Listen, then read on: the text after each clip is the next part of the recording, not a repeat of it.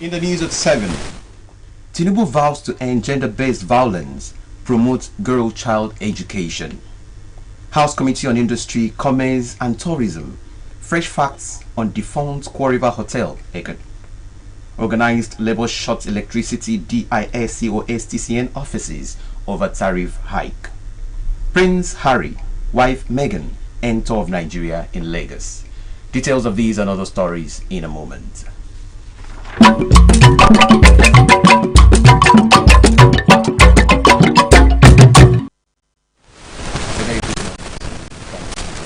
News at 7. I am Uyoko Uswa.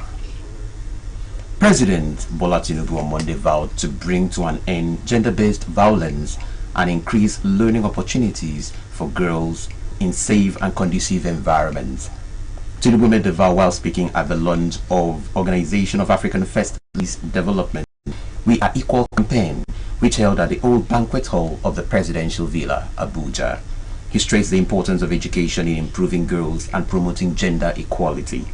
While lauding the initiative of OAFLAD for the campaign launch, President Tinubu noted that it had been successfully launched in 15 other African countries, adding that its focus on Nigeria is entitled Education as a Powerful Tool for Change. Tinubu commended the African First Ladies for their commitment to advancing gender equality and narrowing the gap in opportunities and appointments across Africa. He also praised his wife and Nigeria's First Lady, Senator Oluremi Tinubu, for her efforts in championing education as a primary tool to advance gender equality. Since the inauguration of the pet project of Nigeria's First Lady, Senator Oluremi Tinubu, Renewed Hope Initiative on June 2023, it has impacted vulnerable and indigenous families. States across Nigeria, including Akwa Ibom, have felt its core mandate of inclusion in fulfilling the very essence of the project.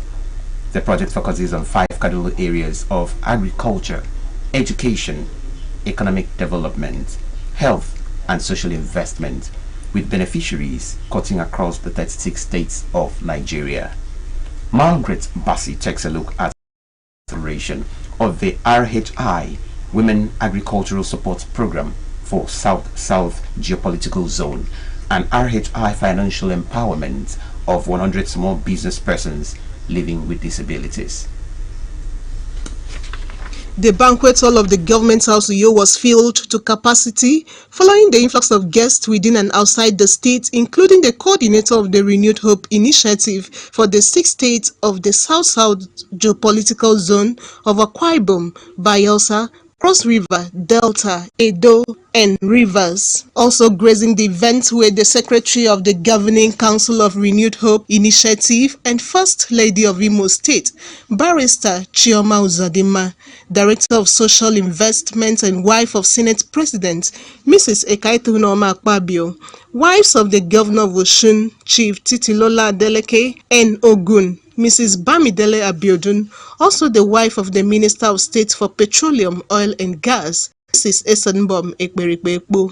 Speaking during the visit, the Nigeria's First Lady, Senator Oluremi Tinubu, said the project is aimed at strengthening the agricultural sector and bringing the vulnerable closer to government, and listed other ongoing intervention programs to include the Young Farmers Club, Food on Every Table, and Every Home a Garden. The wife of the president, represented by the wife of the vice president, Hajia Nana Shetima, presented the draft of 10 million naira each to the 6 coordinators of Renewed Hope Initiative for the 6 states comprising the South-South Geopolitical Zone for further disbursement of 500,000 naira each to 20 beneficiaries from each of the states, and the issuance of 100,000 naira each to 100 people living with disabilities to revamp their existing businesses. To all those involved in organizing and implementing the Renewed Hope Initiative Women Agricultural Support Program nationwide,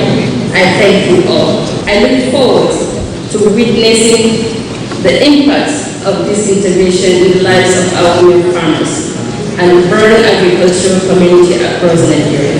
Governor Moino, while addressing the gathering, commended the humanitarian gesture of the presidency and wife, which he noted is devoid of political party sentiment, noted that Akwa Ibom State government has also taken steps to implement laudable programs such as the Arise initiative for the elderly, Arise free voucher food program from the bulk purchasing agency, among others. We may belong to a different political party, but we will work hand in hand with the President of the Federal Republic of Nigeria.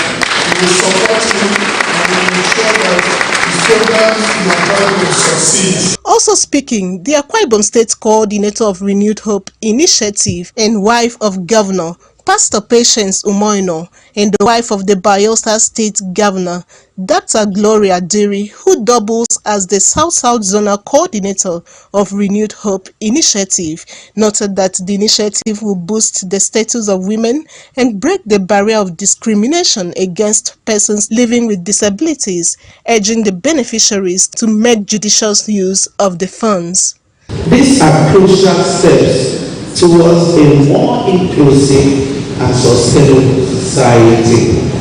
By empowering this crop of women, we can unlock their full potentials. The activities and programs of Arecha is a paradigm shift from the usual and making lasting positive impact. Some beneficiaries bared their minds at the event. That was the first time I have, benefited from the help of the government. Thanks to our president wife, we are very happy. I'm very grateful that as a beneficiary, this money will help me to do my business.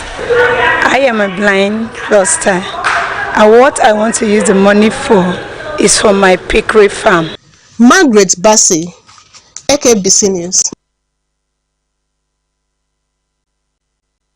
The investigative hearing of the House of Assembly Committee on Industry, Commerce and Tourism Monday took another turn when the committee discovered that the state government had in 2008 revoked the certificate of occupancy and cancelled its contract with Ekbodia Enterprises on the defunct Kwa River Hotel, Eket.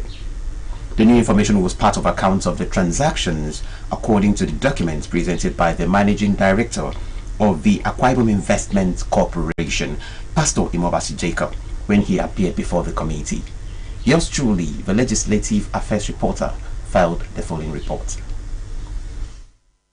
Monday's hearing was the third investigative sitting of the committee. The first accounts at the sitting were those of the managing director of the Akwa Ibom Investment Corporation, AKICOP, Pastor Imobasi Jacob. Pastor Jacob explained that contrary to insinuations that the hotel was outrightly sold out, there were conditions for the sale, which Ekbodia, the co-investor, later defaulted on. He said on government's discovery that its idea for privatizing Kwa River Hotel, like several other businesses, had failed, it decided to revoke the agreement and certificate of occupancy of the investor, which the investor acknowledged and pleaded for leniency in a later raid at the meeting. This letter was dated 27 June 2008, addressed to the governor. And the first paragraph, quote, "With humility and heavy heart, I appeal to you, my governor, and father of all people of Akwa Ibom State, to reconsider your recent action to cancel my ownership of the e-resort property that I bought from the state government a few years ago." End of quote. The representative of the Commissioner for Culture and Tourism was not allowed to speak, as the committee insisted the commissioner must appear in person. The hotel and tourism is under him. Anytime we invite him to come, he will not. Please, you don't speak today. Let the commissioner will invite you properly. You will appear in the floor of the house. The committee also reacted to a lawsuit of an interlocutory injunction in a state high court on the property by reading from the Legislative Houses, Powers and Privileges Act 2018 of the National Assembly. The Act grants national and state houses of assembly immunity from litigation for actions taken in plenary or committee proceedings of the House to strengthen the power of the legislators to carry out their legislative functions. The Act also empowers the legislators to summon any person to appear before them to give evidence. Chairman of the committee and Chief Whip of the House, Chief Effiong Johnson said with all the information at its disposal and others to be submitted at a later date, the committee is better positioned to take an informed decision which will guide the executive on its next course of action on the hotel. We will do what we need to do. So I made recommendations to the government of the league. These are oversight functions that are made. We will recommend what we need to. If you have any problem, we'll come to you and we will need to find out anything to come and find out from you. So we can put that in place. Uyoko Uswa, AKBC News. Still to come, organized labor shorts electricity, DIS, COS, TCN offices over tariff hike. Prince Harry, wife Meghan, and tour of Nigeria in Lagos. Those and more when we return. Stay with us.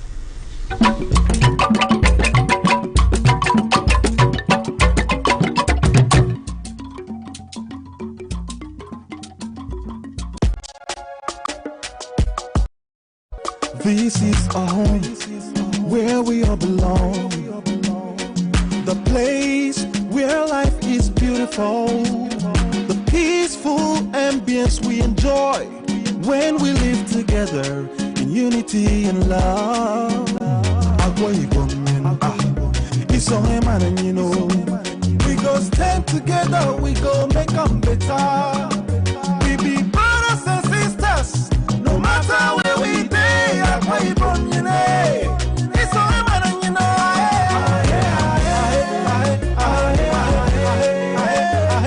No matter where we day, we are one.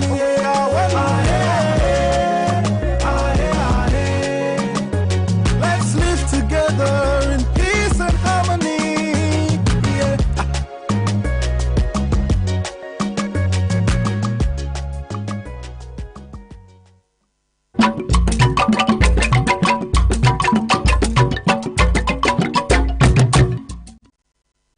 It's so good to have you back. If you're just joining us, this is AKBC 45 News at 7. Moving on to other stories now. Protesters under the umbrella of the organized labor have rejected the appeal by the chairman of the Nigeria Electricity Commission, Sanusi Garba, who is seeking to go back to the drawing board. The NLC and TUC members Monday blocked the entrance of the headquarters of the Nigeria Electricity Distribution Company, Abuja, over the Ban A tariff hike. Garba, while addressing the protesters, noted that the commission would go back to the drawing board with regards to some of the demands listed by the organized labor. The NLC chairman, Comrade Joe Ajeru, also remarked on the bank sitting on the boards of the distribution companies. NERC had earlier given deadline to all banks to exit the boards of distribution companies for proper investors. The ISOAs affected include Jos, Ebonyi, Kano, Kaduna, Bauchi, as well as offices of the Nigeria Electricity Regulatory Commission, NERC, and the Transmission Company of Nigeria in some states. This development follows non-compliance with letters written to electricity operators and regulators to reduce electricity costs. Prince Harry and wife Meghan have concluded their 3-day visit to Nigeria with arrival at the nation's economic capital, Lagos, during a trip to promote his Invictus Games for wounded military veterans. The Duke of Sussex arrived with his wife Friday in Abuja, where they visited a school event on mental health in a trip that also witnessed the Prince meet wounded Nigerian soldiers in the country's northwest. Prince Harry and Meghan took part in a basketball event with the Giants of Africa Foundation in Lagos, an organization that helps youth through engagement in the sports. Meghan on Friday sat on an event for women in leadership with Nigeria-born World Trade Organization Director Ngozi Okonjo-Iweala, where the Duchess discussed her Nigeria heritage and being a role model to women among other events and activities. The funeral service in honor of the founder and general overseer of the Chapel of Body of Christ Ministry Incorporated, Reverend Ezekiel Okonakpa, has been held. The obsequies of the Septuagenarian conducted by his church attracted family, congregants, and the who's in the state and beyond. Nwanakuo Akpan reports that the funeral was held at the St. Andrew's Catholic Primary School, Otioro, in Okobo local government area.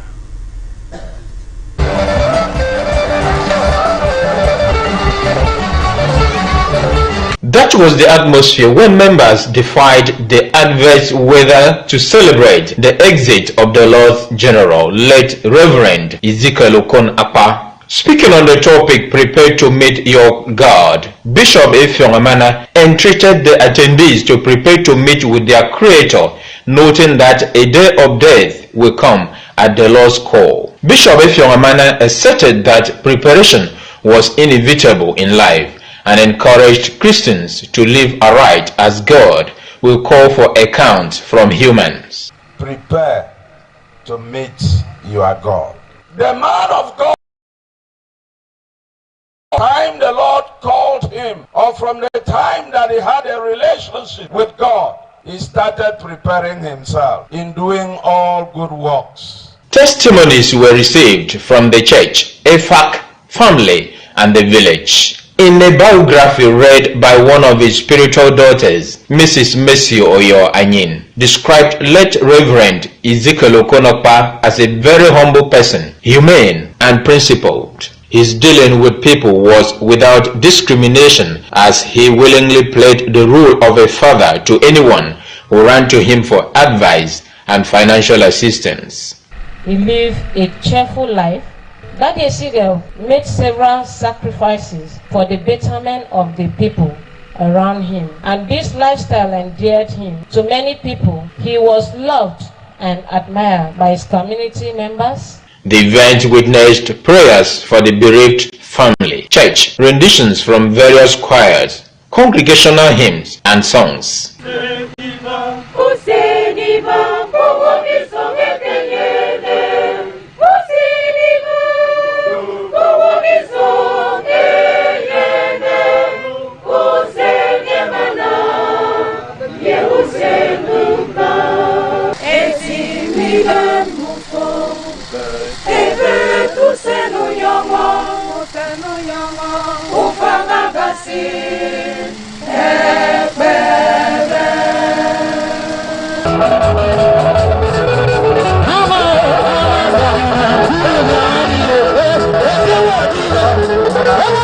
The Okobom State Can Chairman, Reverend Chris Nyong, Reverend Oyonyin, Apostle Emmanuel Nkeruwem, Reverend Edete Temuwe, Pastor Joseph Odiong, among others, attended the funeral, while some relatives, including the wife, had this to say. He was a very good man, and he had discipline. I will know.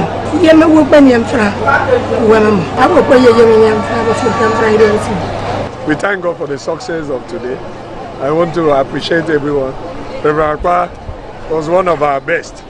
He's one of the few outstanding indigenous church founder. It has been himself. The remains of late Reverend Ezekiel Okon-Akpa was later interred in his compound, Otioro, Okobo local government area. Nwanakuo Akpan, AKBC News. To end the news, another look at the top stories.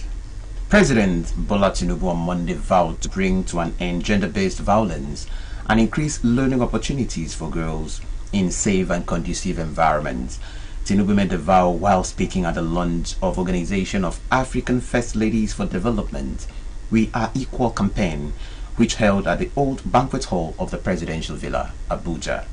He stressed the importance of education in improving girls and promoting gender equality.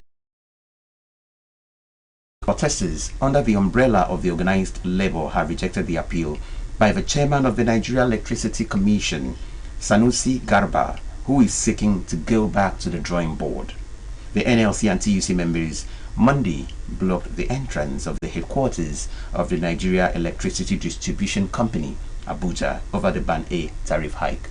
And that's it for 7. There'll be more news at noon. To join us then.